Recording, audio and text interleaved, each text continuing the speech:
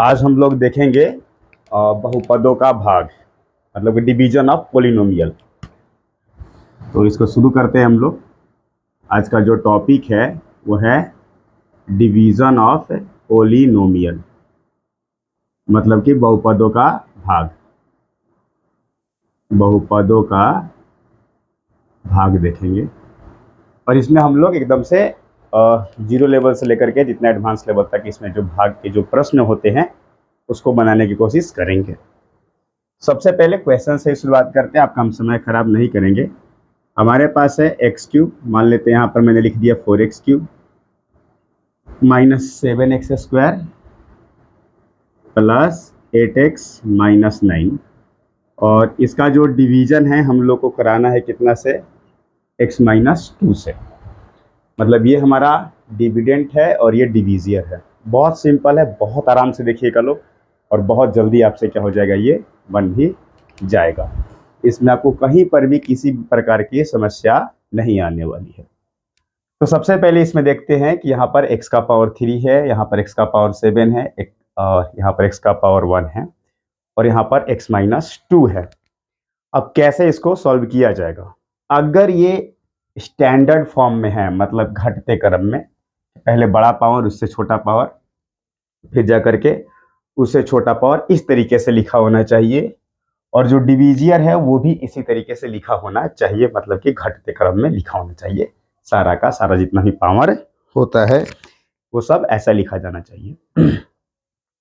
अब देखिए सबसे बड़ा पावर वाला क्या है, यहाँ पर 4x का पावर 3 है। उसके बाद जो है हम लोग क्या देखेंगे कि अगर यहाँ पर इसके सबसे बड़े पावर को इसके सबसे बड़े पावर से क्या कराएंगे, डिवाइड कराएंगे। मतलब कि देखिए यहाँ पर, तो यहाँ पर हमारे पास है 4x3 और यहाँ पर क्या आ रहा है, x आ रहा है। जब यहाँ से हम लोग डिवीजन कराते हैं इसका, तो हमारे पास क्या मिलेगा, 4x स्क्वायर मिलेगा। अब यहाँ पर हम लोग क्या लिख देंगे, 4x स्क्वायर। कोई दिक्कत नहीं है। कैसे आया, सबसे बड़े वाले को इसके सबसे बड़े वाले से क्या किया, हम लोगों ने डिवीजन करा दिया। इतना तो सबको आता है, ये पता है यहाँ पर 3 है, यहाँ पर 1 है। अगर बेस बराबर है तो पावर में से क्या करेंगे, हम लोग घटा लेते हैं। अब एक चीज देखिएगा जो आप लोग बचपन से करते आ रहे हैं, और वो क्या होता है कि अगर आपको कहा जाता है कि आप 17 को 5 से डिवाइड कराइए, तो आप यहाँ पर 3 रखते हैं, तो इसमें ये पूरा मल्टीप्लाई करा करके यहाँ पर 15 रखते हैं और तब जाकर के आपका 2 आता है। क्लियर? अब मैं इसको क्या करता हूँ, रफ करता हूँ। अब आप इसको देखिएगा, मतलब कि आपने अगर यहाँ पर 4x स्क्वायर रखा, तो इस पूरे 4x स्क्वायर को x माइनस 2 से क्या कराएंगे, मल्टीप्लाई कराएंगे। कराइए, इस 4x स्क्वायर को हम लोग x माइनस 2 से क्या करा रहे हैं, मल्टीप्लाई करा रहे हैं। अब जब मल्टीप्लाई कराएंगे तो 4x स्क्वायर की मल्टीप्लाई x से होगा, तो कितना आएगा, यहाँ पर 4x क्यूब आएगा। और फिर 4x स्क्वायर की मल्टीप्लाई अगर 2 से कराते हैं तो हमारे पास कितना आ जाएगा, माइनस 8x स्क्वायर आ जाएगा। फिर यहाँ पर एक छोटा सा लाइन ले लेते हैं। अब देखिए इसको ढकेंगे हम लोग, और अगर यहाँ पर प्लस है तो यहाँ क्या कर देंगे, माइनस, और फिर यहाँ माइनस है तो क्या कर देंगे हम लोग, प्लस। बहुत ही सिंपल है। अब ये माइनस प्लस कैंसल हो गया। अब देखिए यहाँ पर 7x स्क्वायर है और अब ये प्लस 8x स्क्वायर बोला जाएगा। 8x स्क्वायर में से अगर 7x स्क्वायर गया तो प्लस में यहाँ पर x स्क्वायर, और यहाँ पर क्या मिला 8x, और यहाँ पर क्या मिला बाबू, माइनस 9। एक स्टेप हो गया। अब हम लोग दूसरा स्टेप क्या करने जाएंगे। अब यहाँ पर क्या देख रहे हैं, सबसे बड़ा पावर क्या है, एक्स स्क्वायर है। वही तरीका से जो है यहाँ पर फिर एक्स से डिवाइड कराएंगे। तो इस बार जो है हम लोग एक्स स्क्वायर को अगर एक्स से डिवाइड कराते हैं तो हमें क्या मिलने वाला है इस बार, एक्स, वो भी किस में, पॉजिटिव में मिलने वाला है। फिर ये वाला ओनली एक्स लेकर के फिर ये एक्स माइनस 2 से मल्टीप्लाई होगा। जो भी आएंगे ना वहां मल्टीप्लाई होगा, डिवीजर से मल्टीप्लाई होगा। एक्स माइनस 2 से मल्टीप्लाई करा रहे हैं तो एक्स में एक्स से मल्टीप्लाई करेंगे तो एक्स स्क्वायर, और यहाँ पर क्या आ गया आपका, माइनस 2x। ये कितना हो गया, एक्स स्क्वायर माइनस 2x। फिर ये साइन है, नीचे वाले के अनुसार साइन बदल देंगे, प्लस है तो क्या हो जाएगा, माइनस, और माइनस है तो ये नीचे वाले के अनुसार, यहाँ पर -2x था तो क्या हो गया +2x। अब देखिए यहाँ पर +x² -x² कैंसल, 8x और 2x कितना हो गया हमारा यहाँ पर 10x और -9। फिर से वही रूल, इस बार 10x को उठा करके बोलो फिर से x से डिवाइड कराएंगे। तो जब हम लोग 10x को उठा करके x से डिवाइड करा रहे हैं तो हमें कितना मिल रहा है 10 मिल रहा है। अब 10 की मल्टीप्लाई फिर x-2 से कराएंगे, कितना हो गया 10x - 20, यहाँ पर माइनस और यहाँ पर प्लस, ये कैंसल हो गया। 20 में से 9 गया तो क्या बचा हम लोग के पास 11 बचा। इस तरीके से हम लोगों ने ये डिवीजन देख लिया। इसको अगर आप चाहें तो वीडियो को पॉज करके उतार सकते हैं या अच्छी तरीके से आप इसको देख सकते हैं। अब अगले प्रश्न की ओर चलेंगे।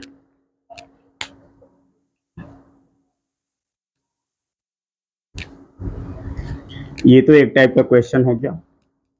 अब दूसरी तरफ हम लोग चलते हैं कहाँ पर, अगर मान लेते हैं कि हमारे पास है 3x⁴ 7x³ -5x² और यहाँ पर है +8x और -1 है, और इस बार हम लोग भाग दे रहे हैं किससे x² -2x + 3 से डिवाइड करा रहे हैं। इसमें आपको थोड़ा सा भी कंफ्यूज नहीं होना है। यहाँ पर सबसे बड़े पावर के साथ जाएंगे और इसके सबसे बड़े पावर के साथ हम लोग जाएंगे, कोई दिक्कत नहीं है। क्या देख रहे हैं हम लोग कि अगर यहाँ पर 3x⁴ है और वहाँ से सबसे बड़े पावर x² के साथ जा रहे हैं हम लोग, तो हमारे पास शुद्ध रूप से बचने वाला क्या है 3x²। तो यहाँ पर जब हम लोगों ने 3x² रख दिया और फिर 3x² को उठा करके इन सभी से मल्टीप्लाई कराएंगे, मतलब डिवीजर से जो भाजक है उससे मल्टीप्लाई कराएंगे। चलिए तो करते हैं मल्टीप्लाई। 3x² ले लिए और x² -2x + 3 से मल्टीप्लाई करा रहे हैं। 3x² की मल्टीप्लाई x² से, तो कितना मिला हम लोगों को 3x⁴ और फिर यहाँ पर क्या मिला कहते हैं तो 6x³ मिला, और फिर यहाँ पर आपका 3 का 9x² मिला। सही है, 3x⁴ है माइनस और यहाँ पर ये वाला, ठीक है। फिर नीचे वाले के अनुसार साइन बदल लेंगे, प्लस है तो माइनस, माइनस है तो प्लस और फिर प्लस है तो माइनस, कोई दिक्कत नहीं है ना, कंफ्यूज नहीं होना है। तो ये तो गया हम लोगों का। यहाँ पर क्या देख रहे हैं कि 6x³ है और माइनस में 7x³ है, तो सीधे तौर पर हमारा क्या हो जाएगा यहाँ पर -x³ और इन दोनों को जोड़ेंगे तो -14x² और ये एज इट इज उतर जाएगा हम लोग का यहाँ पर 8x माफ कीजिएगा 1।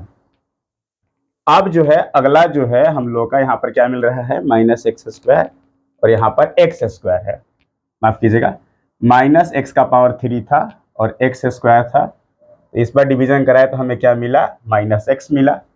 तो हम लोग क्या कर रहे हैं इधर -x से डिवीजन करा रहे हैं, मतलब मल्टीप्लाई कराएंगे।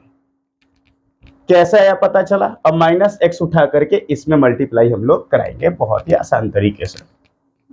क्या देख रहे हैं हम लोग, यहाँ पर हमारे पास -x² लेकर के, थोड़ा यहाँ करता हूं मैं दिखेगा आप लोग को, -x² लेकर के x² -2x और +3 से मैं मल्टीप्लाई करा रहा हूं, ठीक है। देखेंगे तो क्या मिलेगा हम लोग को, ये तो तय है कि इतना ही आएगा। अब जब ऐसे मल्टीप्लाई कराएं क्या हो गया हमारा, अच्छा -x से मल्टीप्लाई करना था जी, -x से मल्टीप्लाई करना, तो यहाँ पर क्या हो गया -x³ और -2x माइनस प्लस, यहाँ पर क्या हो गया 2x² और फिर इसमें जब मल्टीप्लाई करा रहे हैं तो -3x आया। फिर से साइन बदलेंगे, देखिए यहाँ पर माइनस है तो क्या हो जाएगा प्लस, ये हो जाएगा माइनस और फिर क्या हो गया ये प्लस, ये तो गया 14 और 2 यहाँ पर आपका कितना हो जाएगा -16x² और प्लस 8 3 11x और -1। इस बार जो है हमारे पास क्या बचा -16x²। इसको देखते हैं तो भाई साहब इधर से जब डिवाइड कराएंगे तो आपको पता है इस बार कितना आने वाला है, -16 आने वाला है, इसमें कोई डाउट नहीं है। कैसे है पता चल गया होगा। -16x² को x² से डिवीजन कराएंगे तो -16 आएगा। अब -16 लेकर मल्टीप्लाई कराते हैं भाई साहब, अब ऐड करेंगे हम लोग। -16 से अगर x² में कराएंगे तो क्या मिलने वाला है, -16x²। -16 लेकर के अगर -2 से कराएंगे तो क्या मिलने वाला है, +32x। -16 लेके 3 से कराएंगे तो क्या मिलने वाला है, -48। क्लियर है, इसमें कोई दिक्कत नहीं होना चाहिए। अब क्या देख रहे हैं, साइन बदल रहे हैं, यहाँ पर प्लस है, फिर यहाँ पर क्या है, माइनस है, और फिर यहाँ पर क्या है, प्लस है, तो ये कैंसल हो गया। अब क्या देख रहे हैं, 11x और 32x है, प्लस माइनस में साइन अपोजिट है तो सब्ट्रैक्ट होगा। 11 में से 32 में से 11 गया तो हमारे पास क्या बचा, यहाँ पर -21x, और यहाँ पर हमारा कितना आया, 47। क्लियर है। अब यहाँ पर x² आ रहा है और यहाँ पर x आ रहा है, छोटा है तो नहीं डिवीजन कराएंगे। ये हमारा शेषफल है। देखिए यहाँ पर पावर x आ रहा है और यहाँ पर इसका सबसे बड़ा पावर x² आ रहा है। अब ये इसका पावर क्या हो गया, छोटा हो गया रिमाइंडर का डिवीजर से, तो वो शेषफल में चला जाता है। इस तरीके से हम लोगों ने ये जो है बहुपदों का भाग देखा। एक और प्रॉब्लम हम लोग क्या करते हैं, देख लेते हैं।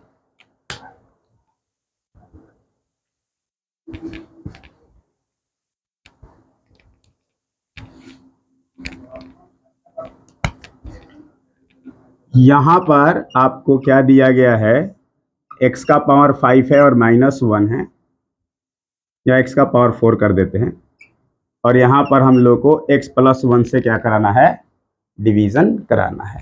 अभी कैसे होगा, फिर से वही, अगर x का पावर 4 1 से डिवाइड कराएंगे तो हमें x का पावर 3 मिलेगा, फिर मल्टीप्लाई करा रहे हैं तो क्या मिलेगा, x⁴ मिलेगा और प्लस x³ मिलेगा। माइनस है तो ये कैंसल आउट हो गया। यहाँ पर क्या बचा, -x³ -1। यहाँ पर क्या देख रहे हैं, -x² आएगा। कैसे आ रहा है समझ में आ रहा होगा। -x³ को अगर x से डिवाइड कर रहे होंगे तो x² आ रहा होगा। अब मल्टीप्लाई करा रहे हैं क्या मिलेगा, -x³ और -x², फिर साइन बदलेंगे, प्लस है और यहाँ पर क्या है, प्लस है। अब ये गया, क्या बचा हमारे पास, x² -1। फिर क्या कराएंगे हम लोग, यहाँ पर x से मल्टीप्लाई करेंगे तो क्या मिलेगा, x² + x, ये माइनस हो गया, यहाँ पर भी माइनस हो गया, यहाँ पर बचा -x -1। फिर यहाँ पर ओनली -1 होगा, क्योंकि -x को x से डिवाइड करेंगे तो -1 देगा, और -1 से मल्टीप्लाई करा रहे हैं तो क्या मिलेगा हम लोग को, -x और यहाँ पर -1। इधर से मल्टीप्लाई करें, साइन बदल गया, यहाँ पर प्लस और यहाँ पर भी प्लस, और ये कैंसिल होकर कितना आ गया हम लोग का, 0। तो इस तरीके से हम लोगों ने बहुपदों का क्या देखा, भाग देखा कि बहुपदों का भाग किस तरीके से किया जाता है। अब हम लोग देखने वाले हैं शेषफल प्रमेय, मतलब कि बहुपदों को बिना भाग दिए हम लोग क्या करेंगे, उसका कितना शेषफल आएगा ये पता कर लेंगे। चलिए शुरुआत करते हैं। तो जैसे कि अगर मान लेते हैं कि हमारे पास एक बहुपद है और वो इस तरीके से लिखा हुआ है कि p ऑफ x है, और वो दिया गया है x के पावर 3 x² -5x + 1, और यहाँ पर क्या दिया गया है को, अगर यहाँ पर g ऑफ x, मतलब कि अब हम लोग देखने वाले हैं क्या, शेषफल प्रमेय। ये जो टॉपिक लग रहा है उसको हम लोग क्या बोल रहे हैं, शेषफल प्रमेय के नाम से जानते हैं। इंग्लिश में इसको बोलते हैं रिमाइंडर थ्योरम। ठीक है, बहुत ही आप इसको ध्यान से देखिएगा। x³ + x² -5x + 1 को जो है डिवाइड कराना है कितना से, x - 2 से भाग देने पर शेषफल कितना आएगा। अब आप बोलेंगे कि बहुत आसान है, हम लोग क्या कर रहे हैं ना, इन भाई साहब को इनसे भागा दिला दे रहे हैं, और जो हमारा शेषफल आएगा उसी को क्या करेंगे हम लोग लिख देंगे। कंफ्यूज नहीं होना इसमें, शेषफल प्रमेय को देखो, ये हमारा भाज्य है और ये क्या है, भाजक है। एज इट इज आप क्या करते हैं ना कि x cube plus x square minus 5x plus 1 को x माइनस 2 से भाग देते हैं और यहाँ जो आता उसी को बोलते कि ये रहा भैया आपका शेषफल आया। ये काम नहीं करना है, केवल शेषफल निकालना हो तभी जो है शेषफल प्रमेय का प्रयोग करेंगे। अब चलते हैं इसके कहानी पर। किससे भागा दे रहे हैं हम लोग, p ऑफ x को g ऑफ x से भागा दे रहे हैं। कैसे सॉल्व करेंगे, x माइनस 2 बराबर 0 करा लेंगे। सिंपली कोई भी आएगा जो भाजक होगा उसको बराबर 0 करा लेंगे, चाहे कोई भी प्रश्न हो, इसमें आपको घबराने की जरूरत नहीं है। और यहां से सिर्फ x की वैल्यू कितनी आ गई हम लोग के पास, 2 आ गई। अब इस x को उठा करके यहाँ पर p वाले में रख देंगे, p ऑफ 2, ये तो रखने आता होगा आप लोगों को, ठीक है। अब यहां से क्या करते हैं, इसमें रखते हैं, तो 2 का पावर 3 हो गया, 2 का स्क्वायर आ गया, 5 इंटू 2 आ गया, प्लस 1 आ गया, यहाँ पर कितना आ गया 8 प्लस 4 माइनस 10 प्लस 1, 8 4 12, 1 13 में से 10 गया, क्या मिला हम लोग को, 3 मिला। मतलब कि अगर हम लोग इसका भाग देते हैं तो शेषफल हमें कितना मिलता, 3 मिलता।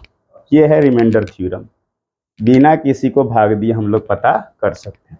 इसमें एक और चीज आ जाएगा, अगर आपसे मान लेते हैं मैं नॉर्मल सा क्वेश्चन पूछता हूं और मैं आपसे पूछूं कि क्या 4 24 का एक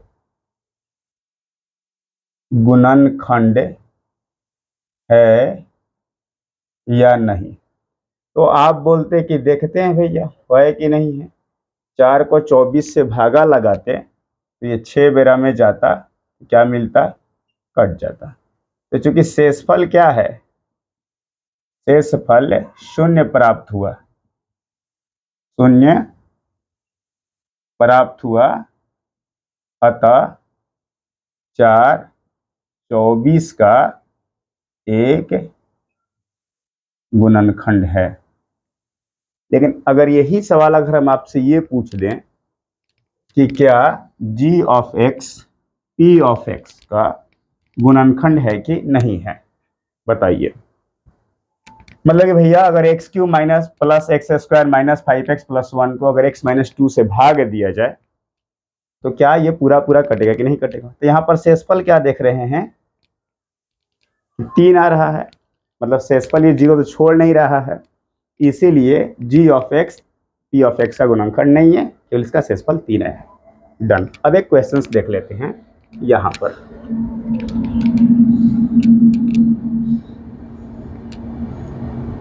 अब इसमें क्वेश्चन आ जाए आपको कि क्या x माइनस 1 x के power 5 plus x plus 1 x के पावर 5 प्लस 1 का एक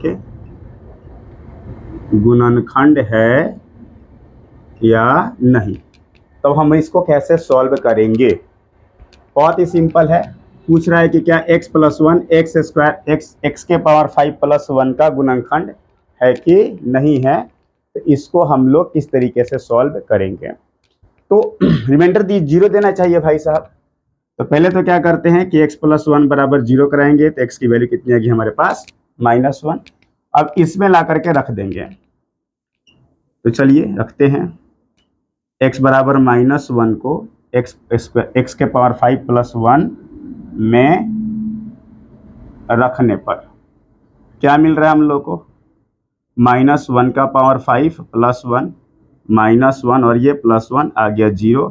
तो लिखेंगे कि हाँ, इस तरीके से हम लोगों ने देखा कि शेषफल प्रमेय का प्रयोग करके बिना भाग दिए हम लोग क्या कर सकते हैं, बिना भाग दिए हम लोग जो है शेषफल प्राप्त कर सकते हैं और साथ ही साथ जो है हम लोग ये पता कर सकते हैं कि गुणनखंड है कि नहीं है। एक क्वेश्चन इसमें और लगा लेते हैं। यहां पर अगर आपका सवाल दे दे कि यदि g of x x minus two P of x square minus के एक्स प्लस 3 का एक गुणनखंड है, तब के बराबर क्या होगा। मतलब कभी जो है x माइनस टू से एक्स स्क्वायर माइनस के एक्स प्लस 3 को भाग दिया गया होगा तो कुछ ना कुछ तो मतलब पूरा पूरा कट गया होगा, शेषफल 0 आया होगा। तो अब चलते हैं क्या करेंगे हम लोग, तो k का वैल्यू निकालना है। तो x माइनस टू बराबर 0, x बराबर हमारा 2 आ जाएगा। मतलब कि अगर x की वैल्यू यहाँ पर 2 रखे तो ये पूरा का पूरा बहुपद क्या हो जाएगा, शून्य हो जाएगा, क्योंकि वो तो गुणनखंड है। चलिए रखते हैं, p ऑफ 2 रखेंगे तो क्या होगा, 2 का स्क्वायर माइनस यहाँ पर हमारे पास क्या आने वाला है, k इंटू 2 प्लस 3, 4 माइनस 2 के प्लस 3 बराबर 0। यहाँ पर 7 माइनस 2 के बराबर 0, यहाँ से k की वैल्यू फाइंड कर लेंगे हम लोग। माइनस 2 के बराबर -7 और k की वैल्यू कितने आ गया हम लोग के पास, 2/7। इस तरीके से हम लोगों ने देखा कि x माइनस टू यदि एक्स स्क्वायर माइनस के एक्स प्लस 3 का एक गुणनखंड है तब k की वैल्यू कैसे निकलती है। अगले दिन हम लोग मिलेंगे फिर। धन्यवाद।